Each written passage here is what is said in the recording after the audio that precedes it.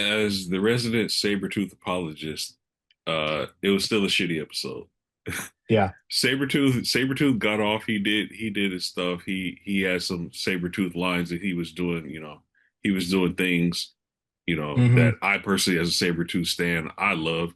But as an Yeah. overall, the episode was like I was like, it was filler, like Dom said. It's like, why, Yeah. what is this for? Like, especially, once we go to the later episodes, 7 and 8, okay, he got his claws back, but for what? We haven't seen him. We saw him in 5, we didn't see him in 6, we didn't see him in 7. He's in 8 Yeah. for a hot second.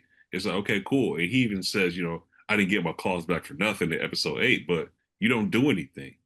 So overall, it's like, what was that episode for?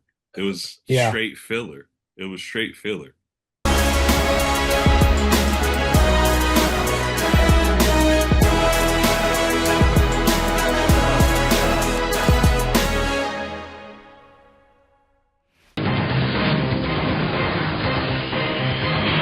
Hello and welcome to the Premier Squad podcast. I am your host, Jerome. Today we have X-Men 97 season 2 for you. Episodes 5 through 8. We were on a little break because of Comic-Con coming around. A lot of hype on that, as well as Spider-Man Brand New Day. But we're back. I think the first thing I really want to get into with you guys is that, we lost Magneto way back in episode 4. And, I think it's kind of actually good that we took that break because I feel like, especially episodes 5 through 7 were all like very rough without him. And that was kind of the question coming out of episode 4 was it a good idea to kill him off? And what are kind of the ramifications of that in terms of like interest level for the fandom for ourselves. So I kind of want to ask, and I'll pass it to you first, Dom. Do you feel like we've been missing him since he's departed in episode 4? Yeah, absolutely. I mean, no doubt we are missing in episodes even 5 through 8. We are missing Yeah, Omega level, achievements and feats, and yeah, just being awestruck by the things that he can do. And it's a shame because I wouldn't say he's the only one who can do them. They've kept yeah, Storm very caged and on the sidelines. There are things she can do that they're not really tapping into. We got a Yeah. ton yeah, of filler episodes. They're trying to push Polaris down our throats like it's his yeah. replacement. It's just not kind of working. So yeah, absolutely, they're missing him 100%. Yeah, and then so like a little bit with episode 5, right? Is we get into Weapon X and like the Suicide Squad of the X-Men kind of popping in here with Wolverine leading the way as like a wanting to get back his claws and everything. And they go through a little bit with Omega Red and these alien zombie mutations that are kind of taking over. Um, and I don't think it just really didn't hit that much. Um, we had what's his name that can change form. I'm Morph. losing it right Morph. now. Yeah, morph. Um, as kind of like I think verbally, like his wit and stuff like that was pretty good in the episode, but like overall, like once again, it's just yeah, a lot of like B tier and C tier characters besides like Wolverine himself, kind of trying to carry the show, and I feel like it was just we're just missing Magneto. How you feeling about it, Grinch? As the resident Sabretooth apologist, it was still a shitty episode. Yeah. Sabretooth got off. He did his stuff. He had some Sabretooth lines that he was doing, he was doing things, Hmm. that I personally as a Sabretooth stan, I loved. But as an Yeah. overall, the episode was like I was like, it was filler, like Dom said. It's like, why, Yeah. what is this for? Like, especially, once we go to the later episodes, 7 and 8, okay, he got his claws back, but for what? We haven't seen him. We saw him in 5, we didn't see him in 6, we didn't see him in 7. He's in 8 Yeah. for a hot second. It's like, okay, cool. And he even says, I didn't get my claws back for nothing in episode 8, but you don't do anything. So overall, it's like, what was that episode for? It was Yeah. straight filler. It was straight filler. So Yeah. yeah, episode 5 was not it. They did a lot in the first 4 that got us really excited, and then like it's crazy how much like it felt like it dropped off when Magneto decided to leave us. Even Yeah. into episode 6 when we get with Polaris. It's just like that's just reminding us of what we had when we had Magneto, right? Like an inferior version of him. And, her like departure from was it not X Force, X Factor. Yeah. Man, so many X teams, but like going through it with her, and then the whole Charles thing, and like the AI kind of like, oh, you want to know what survival is? Like, I'll come after you. Like it was okay-ish, but yeah, it's been struggling like that we've tried to separate from the main storyline and build up these like side characters and side stories.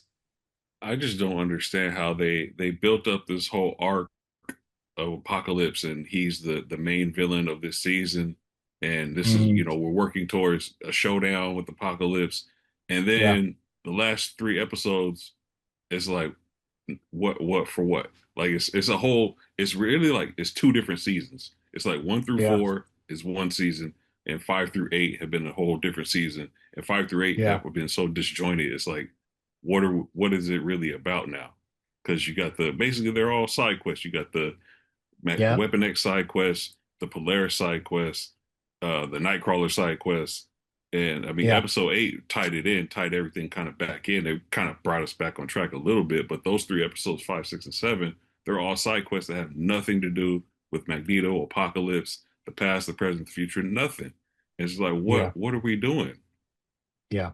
We're not like equipping ourselves like even like I thought we'd be going from this to like focusing on Cable, focusing, on Cyclops and Jean and stuff like that. But they were like further down the line, down the roster to like the bench Yeah. players. Yeah, And if we're you gonna do know, that, at least let Forge mhm. get an episode or something, since we're just Yeah. handing out episodes here. Right. For real. And we kind of go from that. We go into episode 7. It's like we talked about. It's the Colossus kind of this whole like I don't know anti mutant, anti like conservative type of episode with Colossus kind of losing his sister, and then trying to take like the presidential candidate that is completely against mutants, that also happens to be Nightcrawler's half brother, right? Yeah, Um, Sabretooth's son, Sabretooth's son, Nightcrawler's half and brother. Yeah, yeah, yeah, and Mystique, Sabretooth and yeah. Mystique are his parents, and he's against them, and like Nightcrawler's like okay, but once again, like focusing on Nightcrawler and Colossus was such like a weird dynamic for me to try to like carry an entire episode by themselves, you know? They really Yeah. pushing Nightcrawler. Nightcrawler be balling. He balled out in Yeah, episode 7, and then he had a great compilation reel in episode 8 where he was slapping exactly. Yeah, everybody up. Like, yeah. hang on, So, and that's what I kind of Nightcrawler want to get getting through. some Like, respect. Like yeah, he we're beat doing an like some summary Omega stuff. level. Like Can we Exodus just? is an Omega level. Yeah, Like, and he beat him in a sword fight. Like yeah. impressive. I was impressed by Nightcrawler. Yeah, and so I mean, if do we have anything else for like 5 through 7? It's our little side quest because I don't feel like we do. Is there any other thing that I we're will missing out of say there? I will Yeah. say, like in episode 5, which is probably my favorite out of the last 4 that we've missed. I just Mm-hmm. thought like the whole kind of like alien horror vibe with the Brood was Yeah. pretty sick. Allowed them to do some cool animation things with like zombie Wolverine and like Yeah. it just I don't know, just the way I thought that one had probably the most action and the most uniqueness to it. Good like Mm-hmm. scenes of horror, kept you on the edge of the seat, I think, more than all the other episodes. So I do give it Okay. a shout out to episode 5 for sure. Yeah. And one point for Omega Red, because Omega Red was a menace in that episode. Yeah, He yeah, he Yeah. was. actually he was getting down. Yeah, So that Yeah. was good to see as well. But yeah, those 2 points, the Brood and Omega Red, those were good points for that episode. It had its pluses, but overall it just didn't. I Yeah. think it's the first four were so good, it was just it's that Yeah. still a filler episode just couldn't episode. compare. Yeah, yeah, it's Yeah. just a filler. Yeah. Yeah, yeah, yeah, But yeah, because 5, 6, and 7 probably sat around like a 6, and then 8 for me kind of jumped up to like a 7, and then now as we kind of yeah. can transition into that, when they decided to have Apocalypse kind of bring Gambit back, I was like, hey, okay, here we go. Yeah, great sacrifice from season 1, and now he's gonna come back alive. So how did they decide to do this? And like the joke is like Darth Gambit, but I really like one small detail that I thought was like incredible was changing his cards, his playing cards into tarot cards as like part of that his transition over. So and they did a lot of good detail on that when they had them up close. So I want to shout out that as probably my favorite thing, or one of my 2 favorite things on there. What else did you guys see from episode 8? I thought it was interesting that they decided. I just thought it would have been cooler if they resurrected Gambit to be like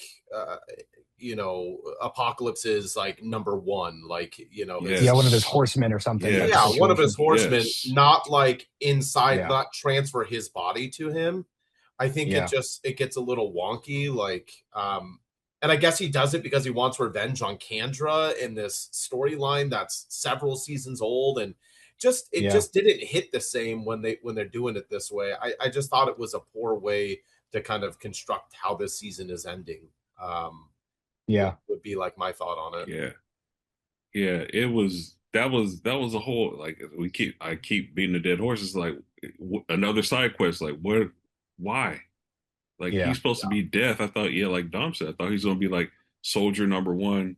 Yeah, Something was gonna happen, and it's just a whole thing of, yeah, Apocalypse is mad because she stole his power 8,000 years ago, and he's still trying to get revenge. Like, yeah.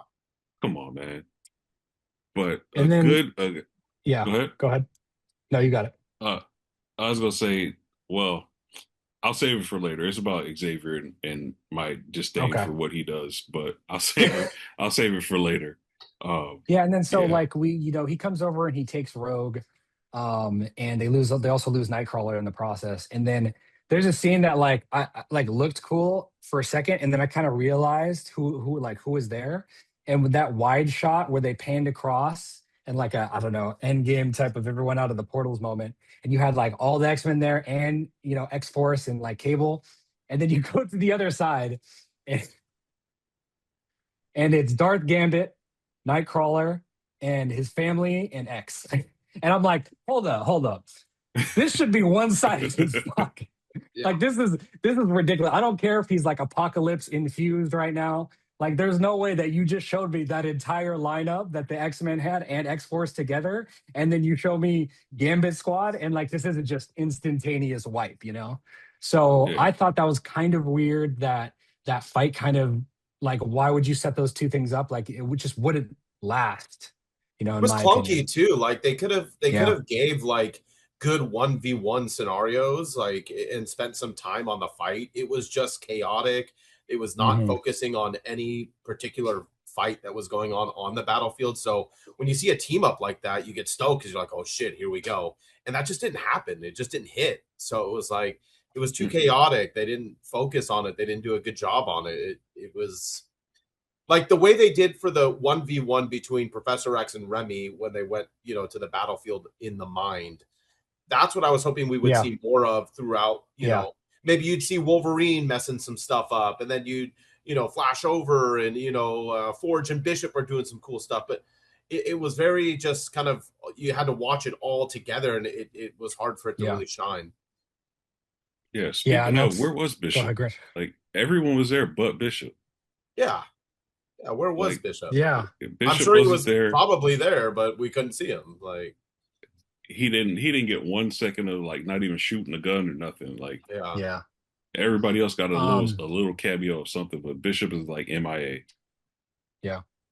And then one thing I will say, like a good point for me in the episode is when their plane or whatever loses its wings, and Cable's trying to jump out, and then Scott's like, "Hey, we need all the telekinetics here right now." And you get to see Psylocke, him, and Jean all have to combine their forces to like be able to maneuver and bring down that ship safely. I thought that was pretty good. Obviously nowhere near containing a black hole, but that's what I love about like team ups things ever since like Avengers 1 when we really got to see the Battle of New York, and we got to see like two heroes on screen at a time and how like their powers combine, where it's like Iron Man's laser off of Cap shield or Thor and Hulk like putting the nail down and then hammering the nail. I think that's such an easy area where you can really see um something creative happen is when you put two or more heroes on screen and see how their powers interact. They also did that back in I think episode 6, where you get to see the trailer shot of Jean like pulling out the like fake mind power, the Yeah, telekinetic yeah, Wolverine yeah, claws, and yeah, Scott yeah, shooting his beams through it. So yeah. I just felt like they needed more of that. And then I kind of want to pass to you guys really fast. What other sort of animation feats did we really have for these 4 episodes? I know we don't got Magneto. we ain't got that. But what did you guys see that kind of wowed you in terms of animation, if anything? Go ahead, Dom. I know what you're gonna say because we're probably Yeah, gonna say the same thing.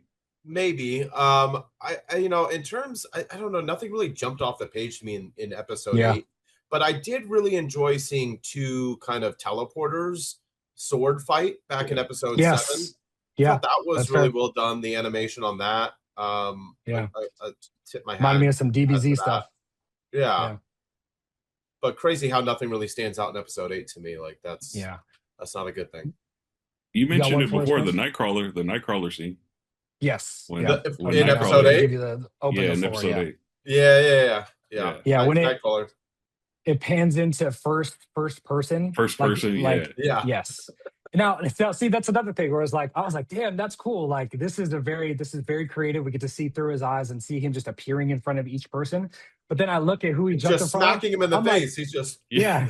But I'm like, how are you gonna catch Storm, Jean, yeah. Scott, like He all the punched main Storm, people? dude. Come I'm on. like, how much yeah, of an upgrade did you get in this episode when you got, some of Apocalypse's slash Gambit's powers inside of you? You know, awesome. yeah. But That was one of my main, like, I was nitpicks of the episode is that the power scaling yeah, is just it's so bad. Like even yeah, when we mentioned the plane, like the plane before when their plane is going down, it's yeah, like okay, you have a mega level mutant in Jean Grey, so you need Jean Grey and Psylocke and Cable yeah, to keep this plane together. When Jean was keeping it together by herself at first, but Yeah. now all of a sudden you need all three. I was like, come on, like and It like was you just said, a the moment for Scott Summers to yeah, be like, "Come on, yeah. son, you can do it with us." Yeah, and yeah, his little like outburst and screaming is like what kind of brought everything together. Yeah, I can see that. I feel like they may be underplaying like Jean's powers as compared to Storm and Magneto that we've seen so far. Do you think that's like a fair compare? Like that they're just yeah, not giving her time. Like Jean obviously in Brand New Day, like had a much crazier feat than here as like at the peak of her Yeah, powers type of situation. yeah, and this is like animation where 20 they should years be able to younger. go buck Yeah, wild. Yeah, yeah. They should be able to go yeah, buck wild to do all sorts of crazy stuff in animation, and yeah, they can't top what they did as 16-year-old Jean Grey. yeah. Come on That's now. why season 1 was so much better, was because everybody got their moments to ball out, Correct. and they got And the it's like here, power it's like scaling who we giving correct. moments to, and they're not even worthwhile moments. We're giving them to C squad and bench players. So Yeah, like it's been tough, and I can Yeah, appreciate like when you're bringing like Psylocke, like it looked really cool to see Psylocke in the front, Jean in the back, and then Cable kind of spread the in between, filling in the gaps. But then, like you said, yeah, it's not aligning with what they're capable of.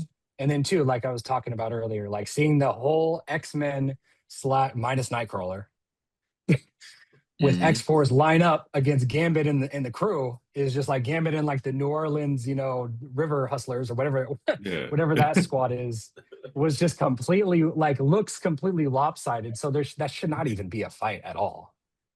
It should have. Storm is right there. Storm could literally yeah. freeze everybody One out. shot all of them. They Yeah. gave One Storm shot one all of little them. tiny shot, one little thing where she just She Yeah. swept the probably Like water couldn't out the brings the because window. water. Yeah. yeah, It's Yeah, like I was like, come electrocuted or something on, like that. yeah, yeah. Yeah. The give us some monologue she would more. have to do to one shot everybody would take too long, so it probably wouldn't work. Yeah.